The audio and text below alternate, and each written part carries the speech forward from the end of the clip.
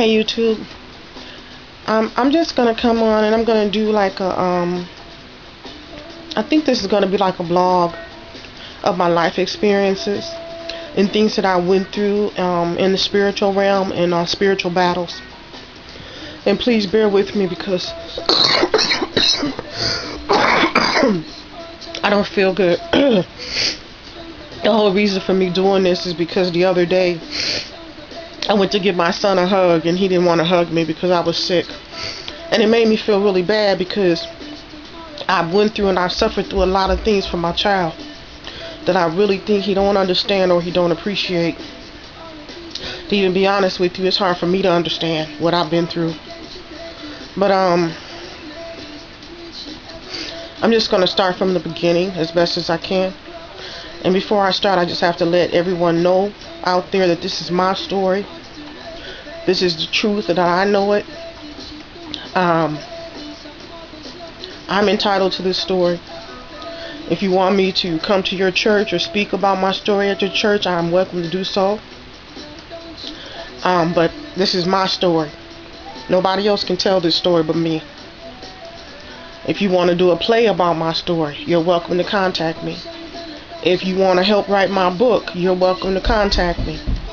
But this is my story, and these are my words. So, when my son was born, I immediately started going through things. I immediately started changing. And when I was in the hospital with him, I was thinking I would constantly hear him crying. But then when I get up to check on him or I ask the nurses about him, they say no, he's not crying, he's asleep.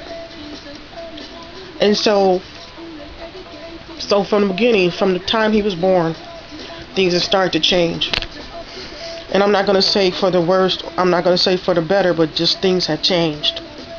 Talk about life changing drastically and you don't even understand what's going on with your life or why. I remember bringing him home. And I remember one night, my baby was laying on the bed with me and his dad. And I seen shadows walk into the bedroom and go inside of my son. Later on down the line, my son get his social security number. The social security number is 666 in his social security number. I'd be sitting in the living room watching TV. And all of a sudden the things on the TV would turn into a real ugly face, a bizarre face. Excuse me. Everywhere I looked, it was like I was seeing this upside down goat's head. The upside down 5-point star. No matter where I was. If I was at church, if the candles flickered, it was in the candlelight. If I was driving, it was in the stop lights. It was in the car lights. It was everywhere I went. And I didn't find out until 2009 from a pastor at church that my son was born with 3 generations of curses on him. His when he was born, his father gave him 3 names. His granddad's name, his great-granddad's name, and his great-great-granddad's name. And they're from Sudan. Mind you, when I grew up, my grandmother would say things about hoodoo and voodoo and all that different kind of stuff. But growing up, coming out of Arkansas, Mississippi, growing up in Illinois, and then later moving to Minnesota, is not something that most Americans are accustomed to. It's not even something that most Americans believe in until it happens to you. So, the things that have happened to me over the past 3 years have been unbelievable. The things that I've dealt with and been through have been things that most people only see on movies, in horror movies. And these are things that I've lived through in my real true life with my son. When my son was 5 years old, I let his dad take him to Africa. Not knowing any different. I'm thinking this is dad. Okay, he's going to protect him. You know, he's going to keep him from harm. This will be a nice way for my son to see the world. get to experience things that I haven't experienced. I never knew that that would be the worst mistake I ever made in my life. Excuse me. Like I said, I'm sick, but I feel like I need to do this.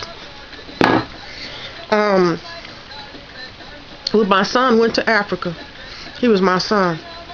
When he came back from Africa, he wasn't my son. From the moment he got off the airplane, I knew something was different with him. I knew something was wrong with him from the moment he got off the airplane. It's like he stopped liking me. It's like he stopped loving me. And I couldn't put my finger on it.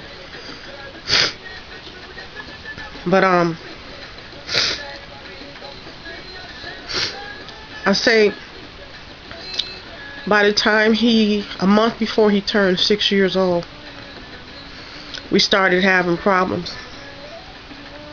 He started having these spells where he'd pass out, or he'd go limp like a rag doll. At first you think he's kidding or joking, but then it kept getting worse and worse. And I got to the point where he couldn't hear, he couldn't see, he couldn't move, he couldn't walk, he couldn't talk. The only thing that would help it is when I was praying, Jesus help me, Jesus help me. And then all of a sudden he'd slowly start coming out of it. I didn't know what to do. So I started taking him to doctors. He went to like every doctor, children's doctor here in Minnesota. I have medical records to prove it. He went inside all the machines that they have available, all the high-tech stuff to see what's going on with your brain, what's going on with your body, what's going on with your nervous system, whatever. They never could find anything. I still kept seeking professional help because I knew it had to be something wrong with my son, and I had to find a solution to what was going on with my son. And I remember he spent at least 9 days, if not 9 or 10 days, on the epilepsy unit at Children's Hospital. He had probes all over his head that had electric probes in them, and they were hooked up to a computer, a big computer that monitored him 24 hours a day, 7 days a week. And they didn't find out nothing wrong with him. Matter of fact, I even got a big slap in the face when the doctor and therapist came and told me that they believe my son is making all this up. How could a child make this stuff up when I'm seeing it happen right before my eyes? So, for a while I just kept dealing with it at home. It was hard for me because I had to go to work. I had to hold down the household. I had to try to keep my sanity and deal with what was going on with my son. And my son would tell me things, Mommy, I smell something in the house that smells really bad. Or Mommy, something's standing over me. Or Mommy, one night we were in the house together. He was in his room and I was in mine. And we heard bumping through the wall. And he told me that a demon came out of the wall into his room. And then he said he's seen other people's shadows walk into his room. And he's 6 years old.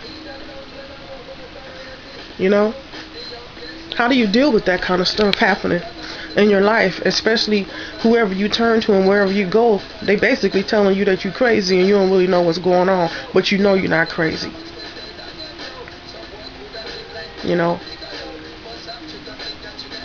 And then things got so worse too. Sometimes I would hear it was like somebody is breaking down our house.